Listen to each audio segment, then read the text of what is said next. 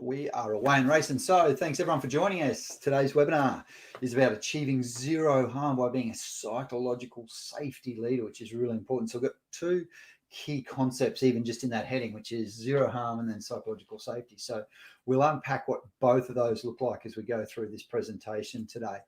And before we start, though, very quickly, the check-in at the start of this is, morning, Norbert. How are you, mate?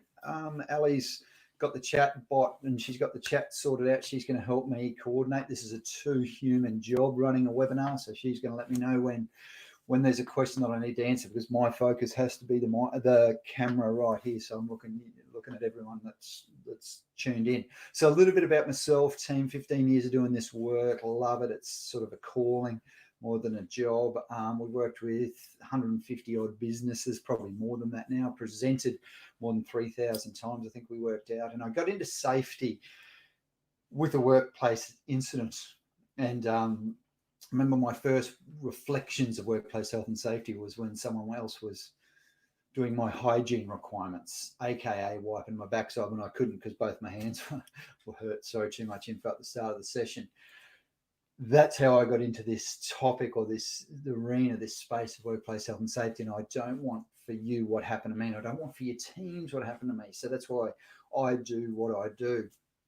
And about you, please, morning, Janet, please let me know down in the chat box if there's anything that you'd like to know about. Have you got any real expectations from the webinar? We've got a heap of content and we value your time. So I know we said 40 minutes, so we will be done well and truly before that, because I know other people have got places to be and some people are going to leave on the half hour. So Ali again is helping me manage that chat box.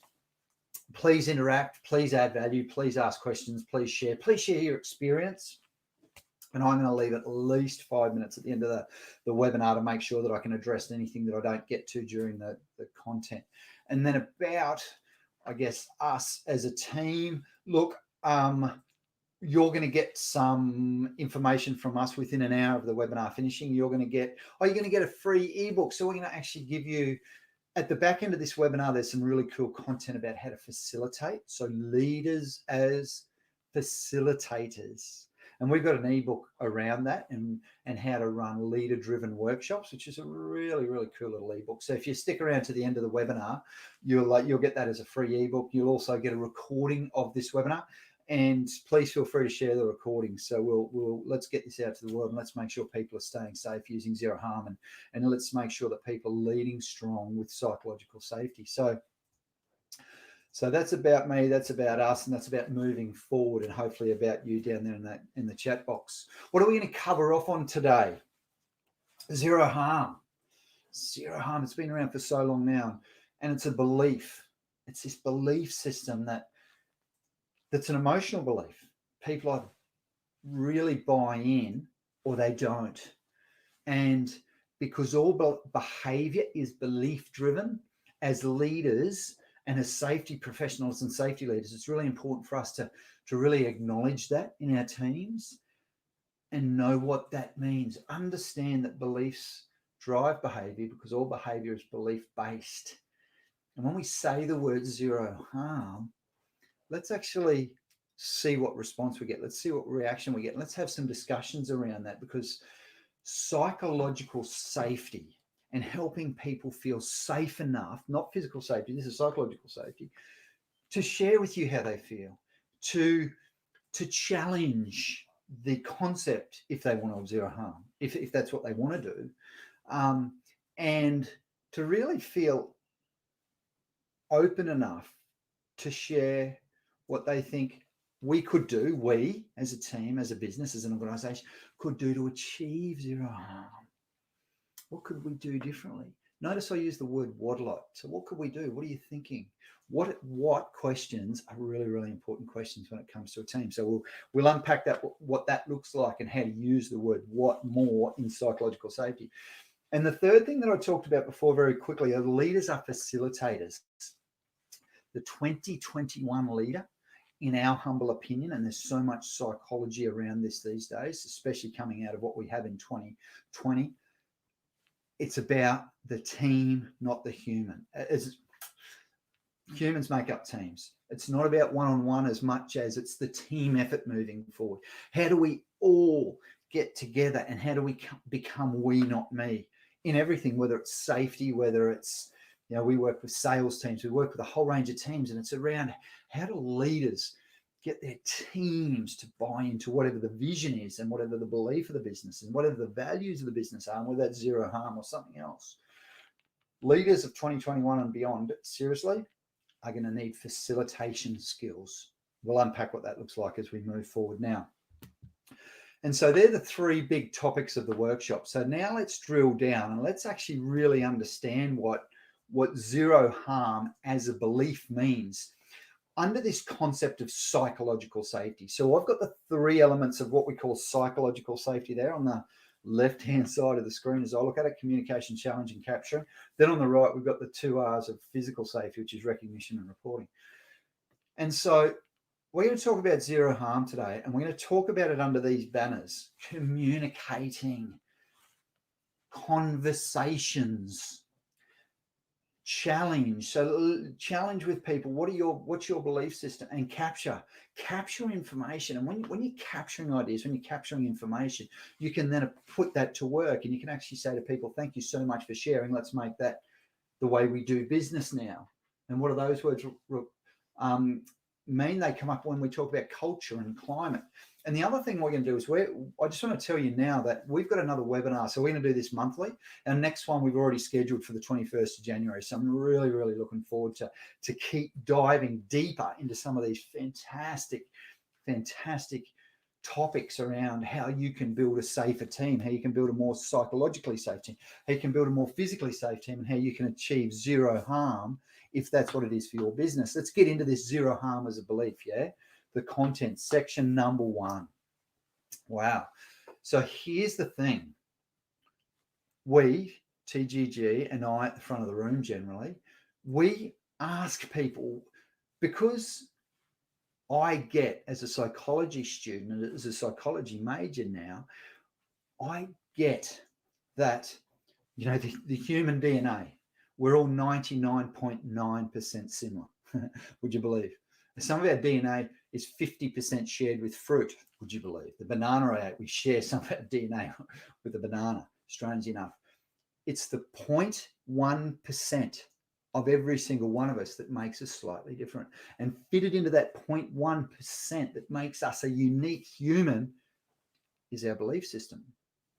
Now, what's really interesting about our belief system, as I've said, is it drives behavior. Now, if you've got zero harm as a goal that you, in your organization, that you want to drive behavior to, that you want to achieve because it's your vision, it's your goal, it's your outcome, which absolutely it should be. And I love the zero harm concept still. Have you ever thought of asking people 2 big questions? What's it mean? So the biggest challenge that I find, so we run a leadership workshop for 2 days last week. And a lot of that was psychological safety and physical safety. So I actually asked, because I'm a questioner, I'm a studier of the human species. And so I said to the leaders, talk me through zero harm. One of them said it's not achievable. This is a leader. Anton, why do we even have it? It's not achievable. I said, whoa. And that was quite a shock that a leader was willing to actually admit that they didn't believe that it was achievable. I thought, wow, that's an interesting concept. And so I said, well, what can we do? What's your team think about zero harm? They're the same. I said, okay, that's interesting. We went on to another topic. Let me tell you very specifically, let me give you stats.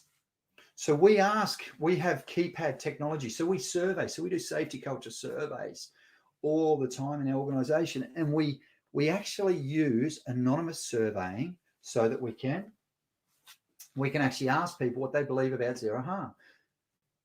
Here's some responses. This is real life data. And this comes from one of the organizations that actually there's some people on here. I haven't actually had a look at all the names because I'm focused on presenting. We've got someone from the organization that this came from, and this is probably 5-year-old data, and it hasn't changed. It's just I went back a little bit further, so it wasn't a recent client. I really and truly believe that zero harm is achievable, as low as 52% in that particular organization. So we go to teams and ask them. Now, Like if you're a safety manager, if you're a safety leader, when we're all safety leaders, if you're a leader and we've got this big vision and only half of your business potentially is bought into it. Half of your team has bought into it. Half of them really believe that it's achievable. And another team that we surveyed from that same business, 73% believe that it is. So it's somewhere between 27 and 48% of people in organizations in general terms, if you want to use these as some stats, and they're not uncommon, these are very common stats, that actually don't believe that zero harm is achievable. And is that okay? Absolutely. Because people's belief system is right. Now, here's the thing. Do we want to change those belief systems?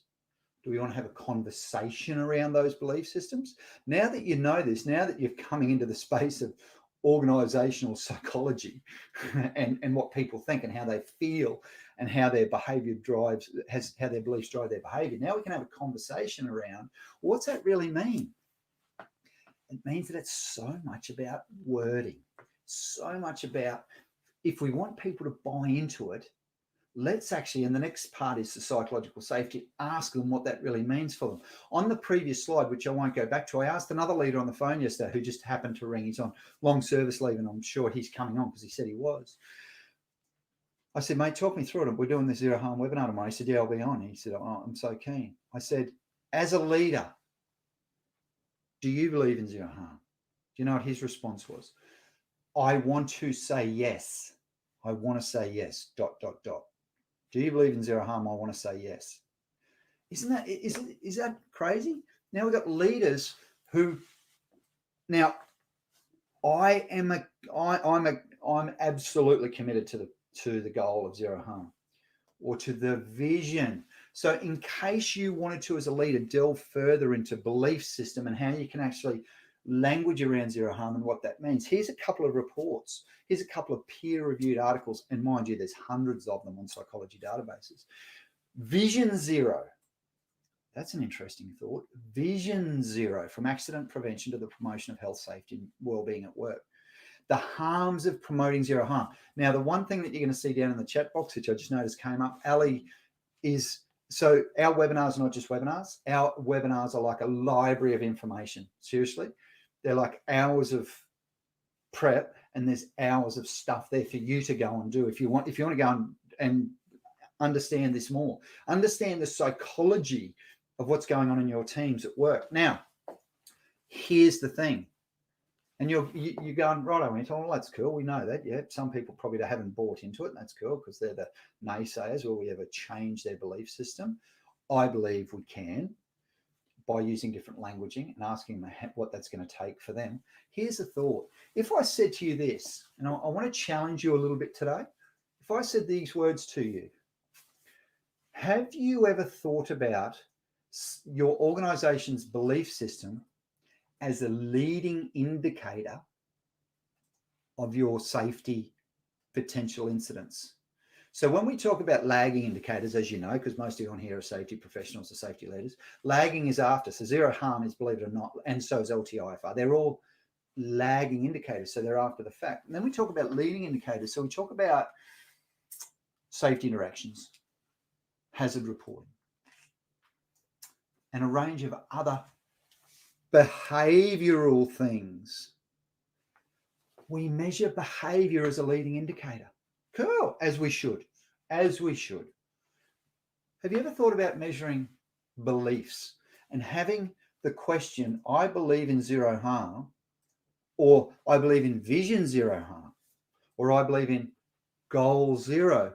Have you ever thought of having that as a leading indicator in your organization, and as a leading indicator of safety culture improvement, as a leading indicator of, hey, zero harm is more achievable now because now we've got 80% of people who firmly believe in our organization that this is achievable. See, zero harm, there's no one on the planet that would, well, maybe there is. That's a big statement. There's no one on the planet. I haven't found too many people that have ever said that it's not a great goal, that it's not a great aspiration, that it's absolutely worth going after. Absolutely. It's just that if your teams and your organization doesn't believe that it's achievable, guess what? They won't behave in a way that makes it achievable. And my action for you today is to think about all of your leading indicators and think about the psychology of workers and the fact that all behavior is belief driven, and your beliefs as being a leading indicator of your safety culture and your safety culture journey. There's a thought. Now, so that's easy to say, right? So it's easy to say, hey, I'll go out and I might survey my teams, or I might go out and do some work and talk to them and actually unpack what zero harm means for them. Here's the thing. Let's talk about psychological safety. So how do you actually do that? How do you actually, like, how does a leader now go from, like, well, we've had this safety, zero harm as a safety goal for the last 10 years. Hold on. Now I want to understand it. Now I want to talk to you as a team, as my team, as a leader, as a collective, and say, hey, what can we do to keep each other safe? Well, we do that already, they might say. So, okay, so what is our goal? What is it that we're trying to achieve? No one gets hurt at work. Okay, cool. Is it zero harm? Maybe it is. Maybe it's towards zero. Maybe it's vision zero. See that slight languaging again. Or even just go and have the conversation each day. See, psychological safety. I love psychological safety because it gives people the ability to express themselves. And here's the tip, team. All behavior is belief driven, as we talked about in zero harm. Here's the next tip. Safety is the biggest, easiest element of your work, our work, we're all in this together, our work that people are willing to talk about and are quick to share their belief system. Just ask someone about safety. The first words that come out of their mouth will tell you what they believe about safety. Now, we're into 2021 now, or we nearly are, with psychological safety and communication and leaders with ears and listening and giving people a voice, which is tough for some leaders because we have different styles. We do DISC profiling. So are you dominant? Are you influential? Are you steady or conscientious? DISC. So what's your personality profile? Some leaders have got a personality profile that listening is really difficult for them, but they just want to direct, they just want to get work done. I get that. The more we can actually listen to our team, the more we can unpack, the more we can give them the ability to express what zero harm means to them, the more they buy into the process. And I know this is a little bit cliche, and I feel cliche when I talk about it. What I really, really want to do is I want to allow you, I want to authorize you, I want to empower you as a leader, as a safety manager, as a frontline leader. I want to empower you to go out and ask what questions. That's why the word what is there.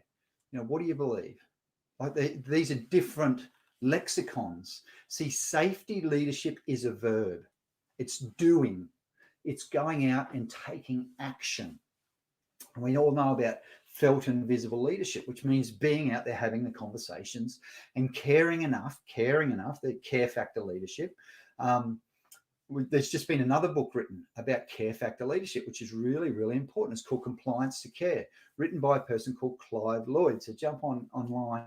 Ali, would you mind just putting those words up, please, from Compliance to Care? It's a great book. And it talks about trust. The word trust is so important. When people can trust you, they'll share what they feel and what they believe. And then you can investigate that further with them. What's that mean to you? See, and this is a different type of leadership question when it comes to safety. What does safety mean to you? What does zero harm mean to you? What does collective, us working together to be safer and to all go home at the end of the day, what does that really mean to you? That's psychological safety 101. It's the questions, and it's not just the questions that you ask, it's actually the answers that you get and how open and willing people are to actually share with you what they're thinking. See, here's the thing. When, as a leader, when you're having what we call as robust conversations or just leader conversations, they don't even have to be, well, Susan Scott in her book, Fierce Conversations, calls them fierce conversations. Here's the thing, and I'm very specific here that when we have conversations with people, when we have leadership conversations, which means And what I mean by leadership conversations is real conversations, like talking to someone's heart, talking to someone's head, saying, tell me what's going on inside there for you. What's the 0.1% that makes you different to me? So what is it that you believe that is different to my belief system? And let's talk about that. And let's get aligned. I'm going to talk about the word aligned in about 3 slides' time. Robust conversations do one of 2 things, or leadership conversations do one of 2 things. They challenge beliefs or they change behaviors. Let me say that again, because this is really, really crucial. They challenge beliefs or they change behaviors. See, we've all got a different belief system. I love the Rubik's Cube. I've got a son who's a Rubik's Cube nut, and I've seen these things. And, like, I don't know if you've got a Rubik's Cube in your family, or if you've got someone in your family that's a cuber. It's quite a noisy little thing that's going on all the time. And I love the concept of a Rubik's Cube because it's putting it all together and it's lining it up, and it's about alignment. Now, on the left-hand side, as I look at my screen, challenging beliefs. So if I ask you this, that if you went out and you said to your team, hey, I really want you to believe in zero harm, what would they say? This is what you've got to do. Or I really expect you to buy into the zero harm. See, zero harm's a belief. Like it's a vision, it's a concept. It's actually, one of those research papers there that Ali would have put a link up to, talk about zero harm is actually a process. And I thought, oh, that's interesting. It's a process, the process of zero harm. Wow, that's different lexicon again, different terminology. Now, it's hard to change people's belief system. And I use the word challenge. Let's just understand. Even if the word for you is not challenge beliefs, it's understand beliefs. The word challenge means go on a bit deeper with a what question. So asking them what could be changed, what could we do differently, what is it, why, and even a why question. Why do you feel like that? What's your experience?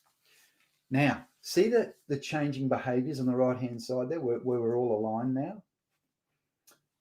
We can align behavior and actually even change behavior so much easily and quicker if we're open and honest about why we're doing it.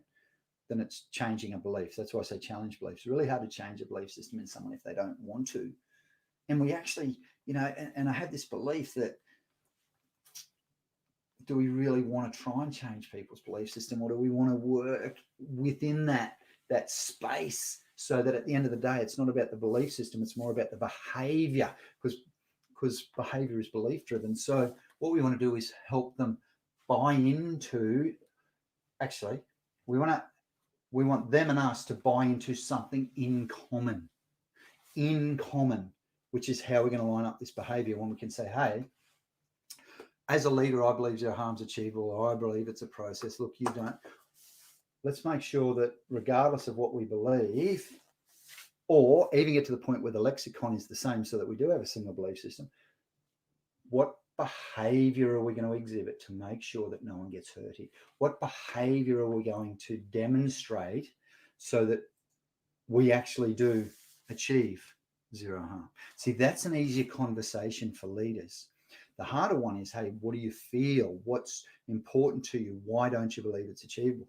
So at least allow people to express their belief system and unpack why it is, because the challenge is that people have had some experiences around this. People have been in organizations forever, and all of a sudden we have an incident and they go, there you go, no, well, zero harm wasn't achievable. Psychological safety is actually about really working with them so that we know why they believe what they do at the end of the day. Then we can line up some behaviors that make zero harm achievable. Right, let's talk about a leader as a facilitator. This is key. This is so key, this leader as a facilitator. And I'm seeing this so much now, and just in all of the literature and all of the leadership, I guess, lexicon that's kicking around at the moment. It's about it's about coming back into the office. It's about team discussions. It's about us. It's even Reed Hastings, the CEO of Netflix, is really put out because he can't bring people back into his office. And he said, the more that we're apart, see, we use the word social distancing. Now, from a psych perspective, that's really interesting, because the word social means us interacting, means us communicating. Do you know one of the biggest things that happened during COVID? People stopped making decisions. We kept getting phone calls, Anton, how do I get my team to make a decision? Challenge is that when we don't have this interaction, this social interaction around, say, a water cooler, I think Reed Hastings actually used those words. He said the water cooler speak. You know, when you can go and bounce off a team member and say, hey, this is what I'm thinking. What are you thinking? When we don't have that social interaction, then we use words like social distance. What about physical distancing instead? So I hope you're picking up now the subtlety of languaging, because the words we use make a difference. We're not going to talk too much about languaging on this particular webinar, though if you want more information, please reach out. We've got, like I say, some links as we go through this, and some of them are to our blog posts. So I unpack this stuff. I go to bed at night thinking about languaging or leadership or safety leadership, and wake up in the morning thinking about it. So there's a heap of content there that you've got access to. And this whole facilitator thing, even at a water cooler discussion, even if it's a one-on-one discussion, facilitation skills are amazing to have, and they're going to be the key skill for leaders in 2021, mark my words, and beyond. We're going to hear this word a lot more. We're going to say a lot more. So let me read to you, and this must be a great definition because it comes straight from Wiki. A facilitator is a person who helps a group of people to work together better, understand their common objectives, zero harm, and plan how to achieve them, behavior. During meetings or discussions, toolbox talks is where it starts every day, meaning that they do not take a particular position in the discussion. Now, a facilitator is a leader. Guess what? Sometimes you're going to have to put your beliefs aside as you're talking to your team, or actually be open with people. Like, I'm really open about what I feel and what I believe. I actually use those words now. I feel. I feel like. Is that okay? Absolutely, to feel like. We're only emotions in skin. We're just this big bag of bones and skin walking around with some emotions inside it. And the quality of our life is determined by the quality of our emotional experience. So as leaders, I say, actually, for your team, smile, turn up happy, because you want them to have a great emotional experience with you and with the process of zero harm, or with the process of their work, for example. So this key facilitation skill is something that's coming. And the better that you can facilitate a discussion, and the better that you can allow your team members to be in that discussion. And even though Wiki says remaining biased, so if you brought me into an organization to facilitate this with your team, so to come in and do a safety culture survey, I would remain somewhat unbiased. And I'd say, and I would probably take your business view, that I'd use your business terminology, languaging, and lexicon, because that's really important to do. As a leader, people want to see the real you. They actually want to know what's in your heart. Now, I can hear some of you thinking, Anton, we've got to toe the company line, or whatever the vision of the organization is. That's what we've got to go out and do. I get that. I really, really get that. And that's behavior. The doing is the behavior. Can I tell you something? We're all going to believe something slightly different around what it takes to get there, because it's the goal that's important, not hurting anyone, as much as what we believe about its achievability. I'll say that again. It's the goal that's important, not hurting anyone, zero harm, whatever that looks like for you, as much as it is the belief. See, the belief is going to drive some of the behavior. The belief system allows us to at least get an understanding of where we are, so we can line our behavior up so that it achieves our goal and our organizational goal. So now, as we start wrapping up this webinar, I said 10:30 that we'd start turning to questions. Let me give you 3 words at the end of this webinar, and it's statements, symbols, and support. What I mean by that is statements. What statement are you making around zero harm? Is it vision zero harm? Is it just zero harm? Is it zero harm as a process? Is it towards zero? I see a lot of logos these days with different names on them around zero harm, and different connotations of the zero harm principle, which is cool. Just get aligned. You get with your team and say, team, this is our goal. How are we going to do it? How are we going to do this? Symbols. if you're a safety leader, the symbols, the things that you do are getting watched more than the things that you say. How you dress, how you walk, how you hold yourself. The human species is so aware of what our physical body is saying about our emotional state. Go people watching one time, and you can nearly see their emotions coming out in their body. It's crazy. So when you're a leader, you've got to be aware of what you're saying without saying it. And then, of course, support. So leader, key leadership question. What can I do to support you to achieve zero harm? What can I do to give you a voice? What can I do to engage you in this process? What can I do to support this team? Now, as we, again, continue to move towards wrapping this up, let's go back to what psychological safety meant. We started with zero harm. We started with, is it achievable? Some people don't believe so. Is that cool? Absolutely. If, as leaders, we communicate with them, we challenge them, what's it mean to you then? And we capture that information, and we somehow align our belief system so that they drive the right behavior, align our belief system, challenge those beliefs, and it's okay to have those conversations. Stay calm when you do. As a leader, you'll get worked up, especially when someone says something that violates your belief system. This is a key skill set. That's why leader is a facilitator, which is the capturing of information, is going to be so important as we move into 2021. Because everyone needs a voice. It's the major human need. People just want to be heard. Your team members just want to be heard. The more you can hear, the more you can listen, the more you can engage with them and ask them what questions. And then again, if we go back to one of the other actions that I shared with you at the start of this session, use belief system, psychology as a leading indicator. So they're the three actions. Psychology is a leading indicator. Whoa, there's a... That's a bit out there, right? Next one, ask great what questions. And if you start with one-on-one questions, that's cool. Then take that to the team.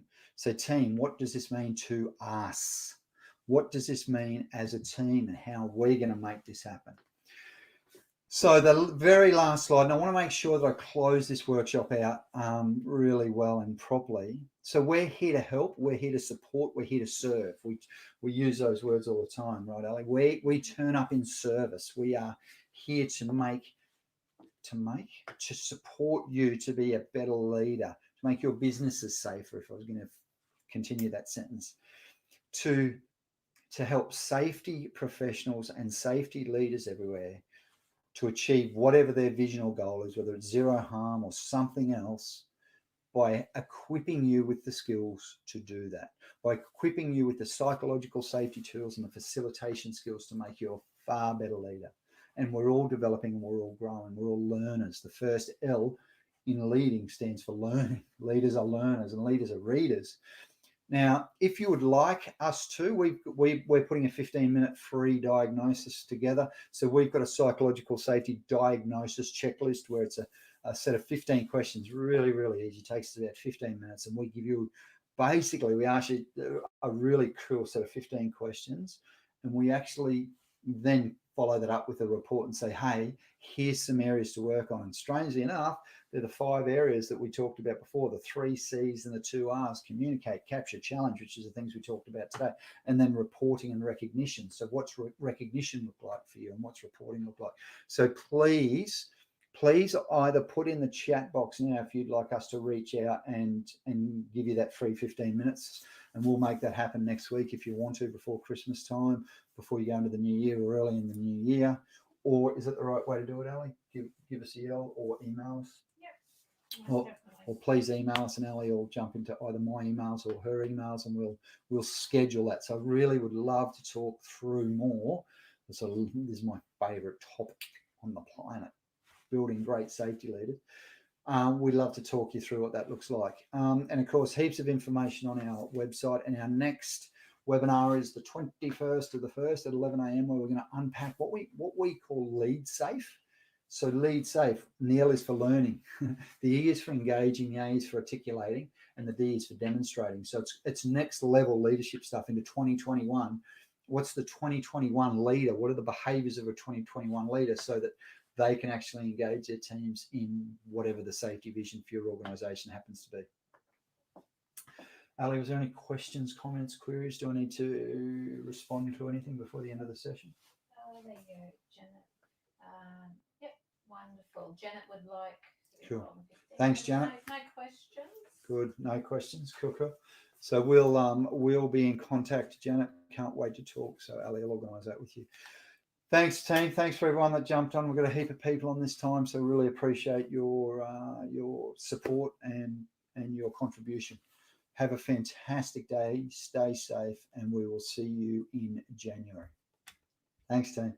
Thanks, David. Thanks, Mick.